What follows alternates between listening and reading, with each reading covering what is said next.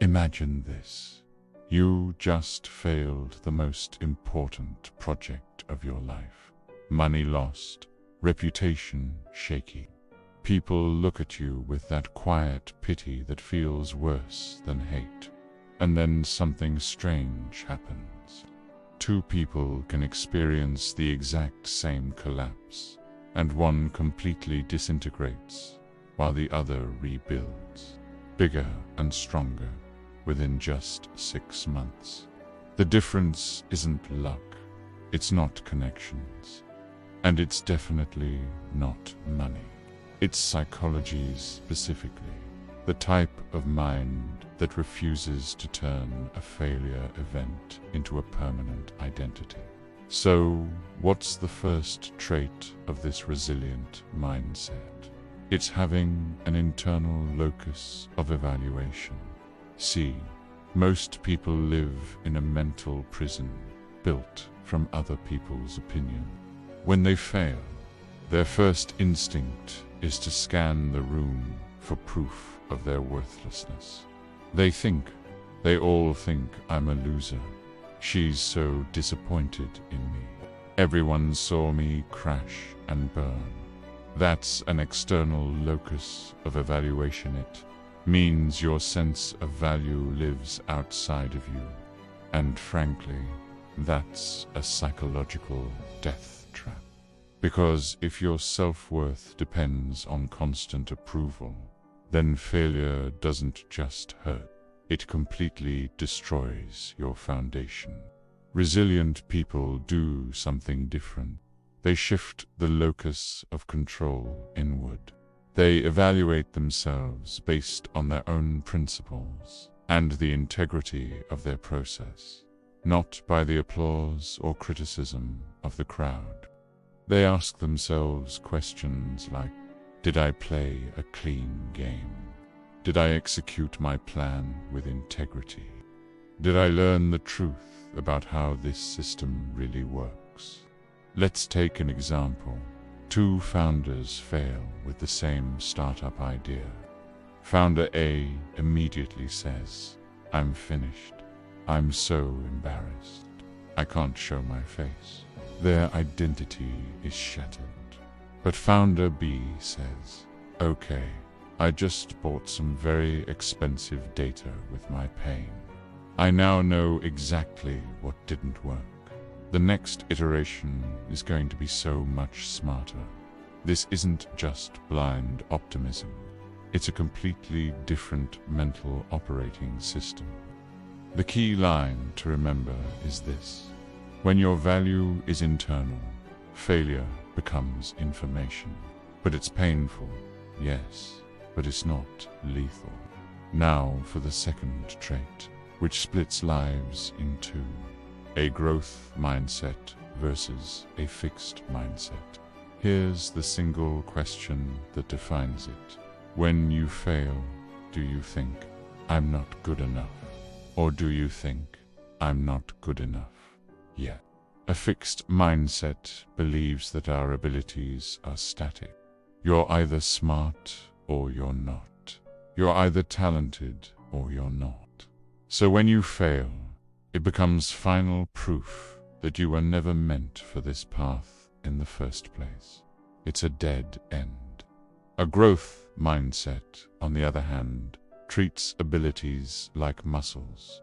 They get stronger and develop in response to training. In this view, failure isn't a verdict, it's a signal. It's your brain telling you, hey, I need more reps here. I need to train this specific skill. It's a guidepost, not a stop sign. And there's a powerful micro hack that can literally help rewire your brain for this. Just add one simple word to your negative self-talk. Yet, so I can't do this becomes, I can't do this yet. I don't understand this becomes, I don't understand this yet. That one tiny word keeps the door to possibility open instead of slamming it shut in your own face. It transforms a period into a comma, Okay, so we've talked about shifting the source of your self-worth inward and changing the fundamental meaning of failure. But there's a third crucial factor that most people don't even know exists. It's the ability to name your emotions with precision, and it's what decides whether you ultimately recover from a setback or sink under its weight. We'll dive into that next. Thanks for watching. Most people think emotional strength means not feeling pain, just powering through it. But that's not strength. That's emotional blindness. And trying to drive blind is how you end up in a much worse crash. The most resilient people don't ignore their emotions after a setback. They use them like a sophisticated navigation system. So, let's talk about the third trait of the mentally tough, emotional granularity. Ask most people how they feel after a major failure.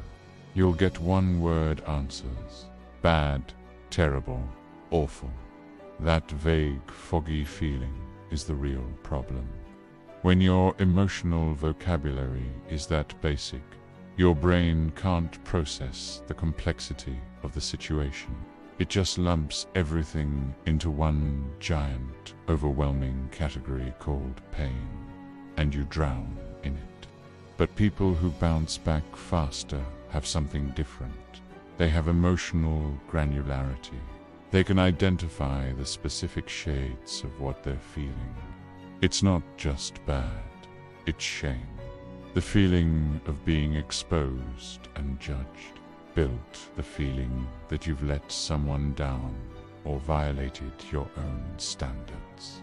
It's anger, maybe at yourself for not preparing enough. It's fear, the anxiety that this exact thing will happen again. Or maybe, surprisingly, it's even a little bit of relief, because now you finally know exactly where your weak point is. And here's where the magic happens. What you can name, you can regulate. Once the emotion becomes specific, the solution becomes specific. Shame doesn't want you to hide. It wants reconnection and honesty. Guilt doesn't want you to beat yourself up forever. It wants you to repair the damage and take responsibility.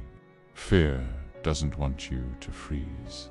It wants you to make a plan and do exposure training to build confidence. That's the secret. People with high emotional granularity recover faster because they aren't just flailing in a sea of bad. They know exactly what needs to be fixed. Now for the fourth trait, and this one is critical: depersonalizing failure. After a massive collapse, your brain can make a very dangerous move. It fuses your identity with the outcome. The thought process shifts from "I failed" to "I am a failure." And that is a psychological catastrophe. Why? Because now you're not a person who did something that didn't work. You've become a walking, talking verdict.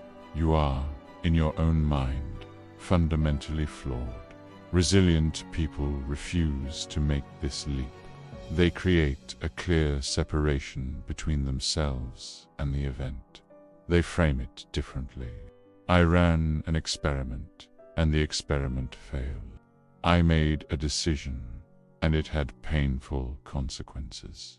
I executed the plan poorly, and I can learn to execute it better next time. This isn't just playing with words. This is a survival tactic. Events are temporary. They happen, and then they pass. But identities become cages we lock ourselves in. You have to remember this anchor line. You are not your performance. You are the organism that learns from the performance. You are the scientist, not the failed experiment. So you've named your emotions and separated yourself from the event. Now comes the critical pivot. Your mind is going to want to analyze what went wrong. But be careful. There are two very different types of analysis. One that heals and sets you up for future success, and another that can absolutely ruin your life. In the next part, we'll break down the difference. Two people replay the exact same failure in their minds. For one person, it sharpens their focus, makes them better, and fuels their next attempt. For the other, it spirals them into depression and self-doubt. The mental replay is identical, but the intent behind it is completely different. This difference is what separates a thriving mind from one that's stuck.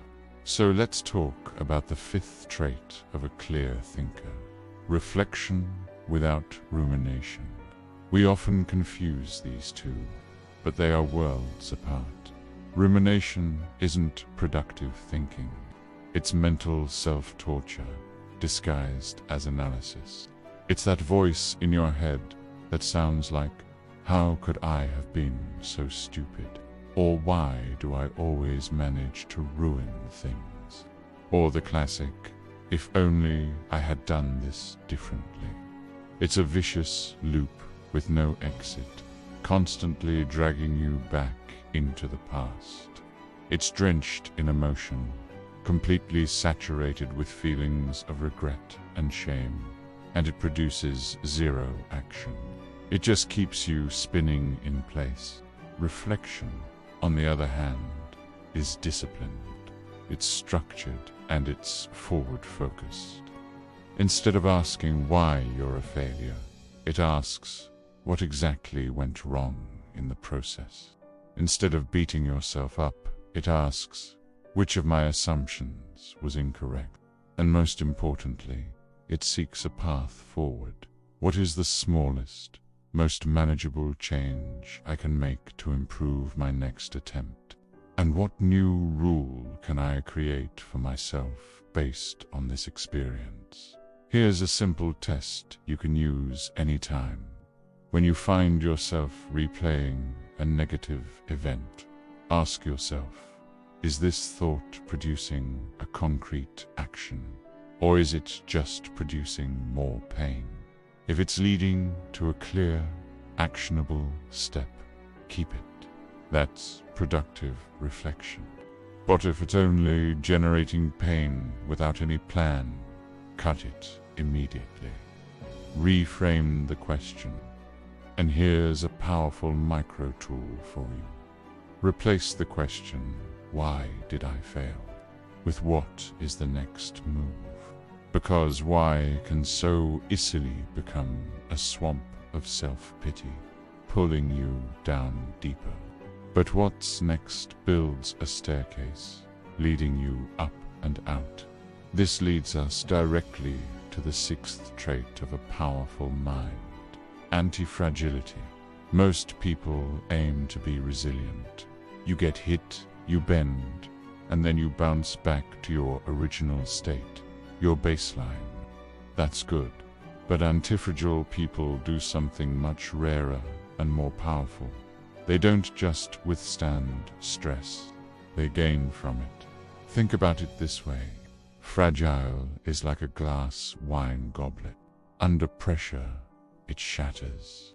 Resilient is like a piece of steel. You can hit it and it will hold its shape. It stays the same. But antifragile is like a muscle. When you put a muscle under stress, when you lift weights, it breaks down a little, but then it repairs itself and grows back stronger than before. That stress is the very thing that makes it more powerful. Antifragile minds treat failure like a paid training session. When something goes wrong, their first thought isn't, "This is proof that I'm doomed to fail." Instead, they think, "This is a forced upgrade. This experience is giving me information I need to get better." They even actively seek out controlled difficulty, putting themselves in challenging but manageable situations because they understand a fundamental truth. Volatility is an incredible teacher. As long as you don't personalize it, you don't make the failure about your identity. Here's the key idea. If you can, be destroyed by failure, and you can always learn from it, then failure stops being a threat and becomes fuel. So let's bring this all together. You're going to fall. You're going to fail. I will. You will. Everyone does. It's an unavoidable part of life and growth. The only question that truly matters is what you do with the fall. Do you turn it into a permanent part of your identity? A story you tell yourself about why you're not good enough?